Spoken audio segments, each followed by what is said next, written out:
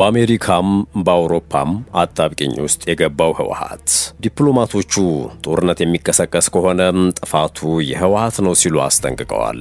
እንመለከተዋለን። የቀድሞ ጠቅላይ ሚኒስትር ኃይለማርያም ደሳለኝ በአፍሪካ የፖለቲካ አመራር ላይ መሰረታዊ ለውጥ እንዲመጣ ጥሪ አቅርበዋል።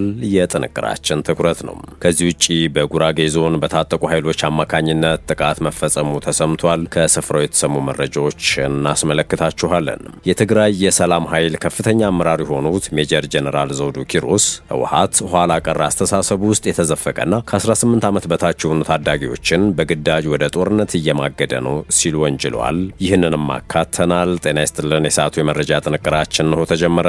ቀደም ሲል ያነሳናቸውና ሌሎችም ወቅታዊ ጉዳዮችን በጥንቅራችን ይዘናል። እስከ መጨረሻው አብራችሁ እንድትሆኑ አክብሮታዊ ግብዣችን ነው።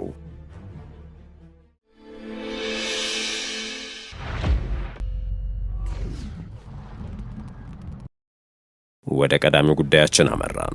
በአሜሪካም በአውሮፓም አጣብቂኝ ውስጥ የገባው ህወሓት በኢትዮጵያ የአሜሪካ አምባሳደር ኤርቪን ማሲንጋና በአፍሪካ ህብረት የአሜሪካ መልእክተኛ ዋልተር ፓርስ፣ በአፍሪካ ቀንድ የአፍሪካ ህብረት ተወካይ ኦሉሴጉን ኦባሳንጆ ከሰሞኑ በመቀሌ ያደረጉት ጉብኝት ተስፋ እንደሰጣቸው አስታውቀዋል። ከኦባሳንጆ ጋር በጉዳዩ ዙሪያ በመገናኘት መነጋገር እንደሚፈልጉ የጠቀሱት ዲፕሎማቶቹ ኦባሳንጆ በድጋሚ ወደ መቀሌ ይመለሳሉ ብለው እንደሚጠብቁም በጋራ ባወጡት መግለጫ ጠቅሰዋል። የሁሉም መሪዎች ትኩረት ተፈናቃዮች ክብራቸውና ደህንነታቸው ተጠብቆ ወደ ቀያቸው እንዲመለሱ ማድረግ ሊሆን እንደሚገባ ዲፕሎማቶች አስምረውበታል።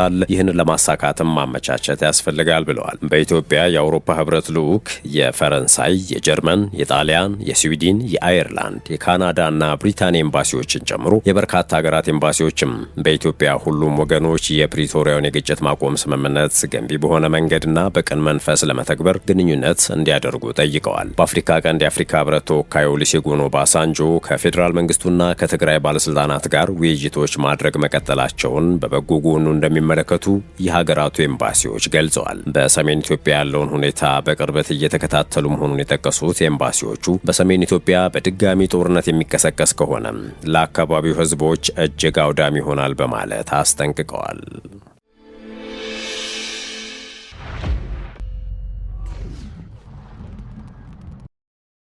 በጉራጌ ዞን የተፈጸመው ጥቃት በማዕከላዊ ኢትዮጵያ ክልል ምስራቅ ጉራጌ ዞን ሶዶ ወረዳ ታጣቂዎች በፈጸሙት ጥቃት የሰዎች ህይወት ማለፉና ንብረት መዘረፉ እንዲሁም መውደሙ ተሰምቷል። ነዋሪዎች እንዳሉት ትላንት ከሶዶ ዳጭ ወረዳ በኩል የገቡ የታጠቁ ኃይሎች በሶዶ ወረዳ ሱተን ተብሎ በሚጠራ አካባቢ ተኩስ በመክፈት ሰዎችን ገድለዋል ብለዋል። ቃላቸውን የሰጡ ከሱተን ሸሽተው ቡኢ እንደሚገኙ የገለጹ የአካባቢው ነዋሪ ነሐሴ 19 ቀን 2018 ዓ.ም ከቀኑ 5 ሰዓት ተኩል ገደማ ከፍተኛ ቁጥር ያላቸው የታጠቁ ኃይሎች በከባድ መሳሪያ ጭምር ታግዘው ነው የገቡት ብለዋል። ታጣቂዎቹ አካባቢውን በመክበብ ባደረሱት ጥቃት 6 ከመከላከያ ተመላሾችና ሚሊሻዎች እንዲሁም አንድ አርሶ አደር በድምሩ 7 ሰዎች ተገድለዋል ሲሉ አስረድተዋል። ጥቃት አድራሾቹ መንግስት ኦነግ ሸኔ እያለ የሚጠራቸው የታጠቁ ቡድኖች ናቸው ያሉ ሌላኛው ከሱተን ሸሽተው ቡኢ ከተማ እንደሚገኙ የገለጹ የሱተን ነዋሪም ቡድኑ የሚገድለውን ገድሎ ካበቃ በኋላ የንግድ ቤቶችን ሲዘርፍና ሲሰባብር ቆይቶ በራሱ ጊዜ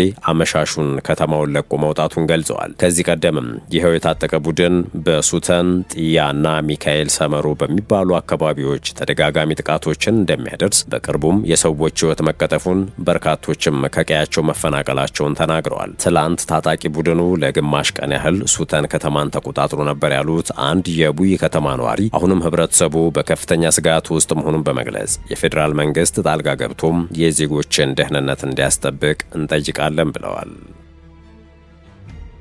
ወደ ሌላኛው ጉዳያችን አመራን። ሜጀር ጀነራል ዘውዱ ኪሮስ ህወሓት ታዳጊዎችን በግዳጅ ወደ ጦርነት እየማገደ ነው ሲሉ ከሰዋል። የትግራይ የሰላም ኃይል ከፍተኛ አመራር የሆኑት ሜጀር ጀነራል ዘውዱ ኪሮስ ህወሓት ኋላ ቀር አስተሳሰብ ውስጥ የተዘፈቀና ከ18 ዓመት በታች የሆኑ ታዳጊዎችን በግዳጅ ወደ ጦርነት እየማገደ ነው ሲሉ ወንጅለዋል። ጀነራል መኮንኑ ይህንን የገለጹት በትግራይ ወቅታዊ ፖለቲካዊና ወታደራዊ ሁኔታ እንዲሁም በህዝቡ ላይ እየደረሰ ባለው እንግልት ዙሪያ ከኢቲቪ ትግርኛ ቋንቋ ዝግጅት ክፍል ጋር በነበራቸው ቆይታ ነው። በቆይታቸውም የህወሓትን ድርጅታዊ ባህሪ አጥብቀው የነቀፉ ሲሆን ድርጅቱ ራሱን ከጊዜው ጋር የማያሻሽል ከእርሱ የተለየ ሀሳብን የማይቀበልና ጠባብ አስተሳሰብን የሚያስቀድም ነው ብለዋል። አመራሮቹም የዚሁ ድንቁርና ማሳያ ናቸው ሲሉ አክለዋል። በተጨማሪም በትግራይ ያለው የፖለቲካ ምህዳር ይበልጥ እየተወሳሰበ እንዲሆን የሰራዊቱ ጽንፈኛ አመራሮች አሉታዊ ሚና እየተጫወቱ መሆኑን ሜጀር ጀነራሏ ገልጸዋል። አክለውም የሰራዊት አመራር በተፈጥሮ ከማንኛውም የፖለቲካ ፓርቲ ገለልተኛ መሆን ሲገባው በአሁኑ ወቅት የትግራይ ሰራዊት ጽንፈኛ አመራሮች በኔትወርክ ተሳስረው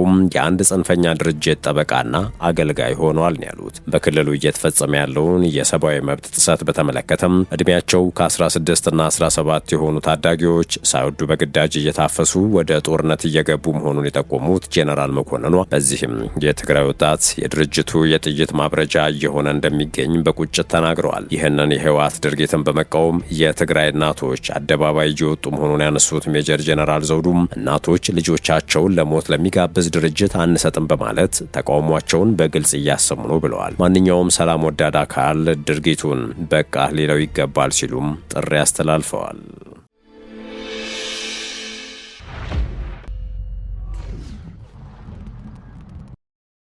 በመጨረሻም የቀድሞ ጠቅላይ ሚኒስትር ኃይለማርያም ደሳለኝ በአፍሪካ የፖለቲካ አመራር ላይ መሰረታዊ ለውጥ እንዲመጣ ጥሪ አቅርበዋል። የቀድሞ የኢትዮጵያ ጠቅላይ ሚኒስትር ኃይለማርያም ደሳለኝ አፍሪካ ከኪራይ ፈላጊ ፖለቲካ ወደ ልማት ተኮር የፖለቲካ ስርዓት መሸጋገር እንዳለባት አስታውቀዋል። ኃይለማርያም ይህንን ያሉት በሩዋንዳ ኪጋሊ በተካሄደው የመጀመሪያው የአፍሪካ አስተሳሰብ ለውጥ ፎረም ላይ ባደረጉት ንግግር ነው። አፍሪካ በተለያዩ ዘርፎች እድገት ብታሳይም ለልማት በቂ ትኩረት በማይሰጡ የአመራር አቀራረቦች ምክንያት የሚገጥሟት ተግዳሮቱ እንዳሉ ገልጸዋል። አፍሪካ የፖለቲካ ኢኮኖሚያን በመለወጥ ከግል ጥቅምና ኪራይ ሰብሳቢነት ላይ የተመሰረተ አሰራር ወደ ልማት ተኮር ስርዓት መሸጋገር እንዳለባት ኃይለማርያም አስገንዝበዋል። ይህን ለውጥ ለማምጣትም አመራር ወሳኝ ሚና እንዳለው ጠቁመዋል። በተጨማሪም አዲስ ትውልድ የአፍሪካ መሪዎችን ማፍራት ላይ ትኩረት መስጠት እንደሚገባ ገልጸው የአህጉሪቱን አስተሳሰብ መቀየር በአንድ ጀንበር የሚከናወን ሳይሆን የረጅም ጊዜ ሂደት መሆኑን አመልክተዋል። የአፍሪካ የአስተዳደር ኮሌጅ የወደፊት መሪዎችን ለማፍራትና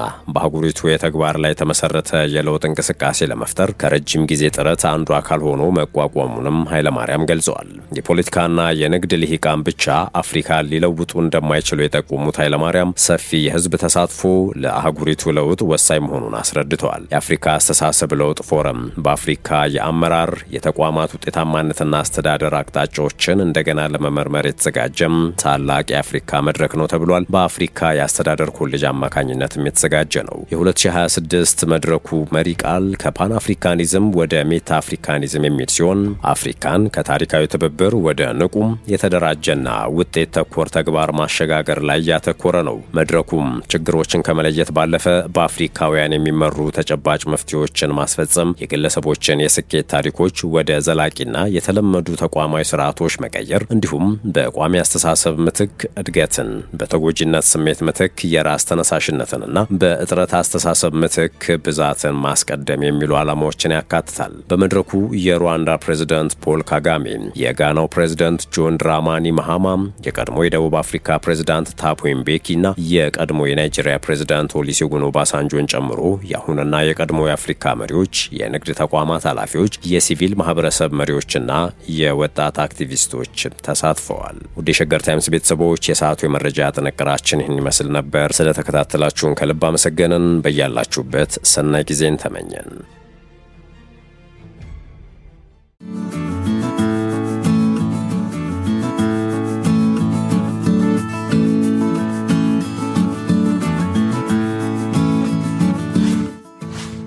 ሸገር ታይምስ ሚዲያን ሰብስክራይብ በማድረግና ደወሉን በመጫን ይከተሉን።